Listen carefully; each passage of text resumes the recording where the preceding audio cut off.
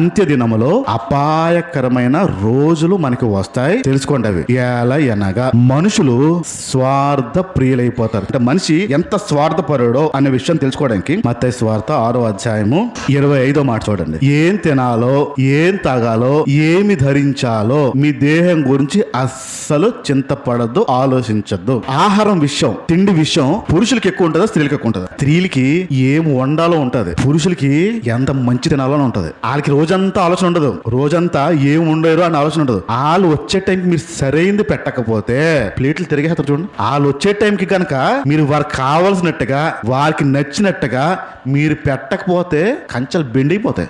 ఎక్కడ లేని కోపం వచ్చేస్తుంది వాళ్ళకి. ఎందుకు? నా శరీరానికి కావాల్సింది పెట్టవా? తేలి కొంచెం తక్కువ ఈ విషయంలో. అంటే కావాల్సింది లేకపోతే లోపల రౌద్రం పెరిగేది పురుషులకే, నచ్చింది వండకపోతే లోపల కోపం వచ్చేది పురుషులకే, మగవారికే వచ్చేస్తుంది. వారికి చాలా ఎక్కువ ఉంటుంది దృష్టి. నా శరీరానికి నాకు కావాల్సింది వండవా, ఎందుకు వండవు, వండి పెట్టు అంటే ఏంటి? దాని అర్థం ఏంటి? శరీరాన్ని ఎంత ప్రేమిస్తే అంత కోపం వస్తుంది ఆ వ్యక్తికి.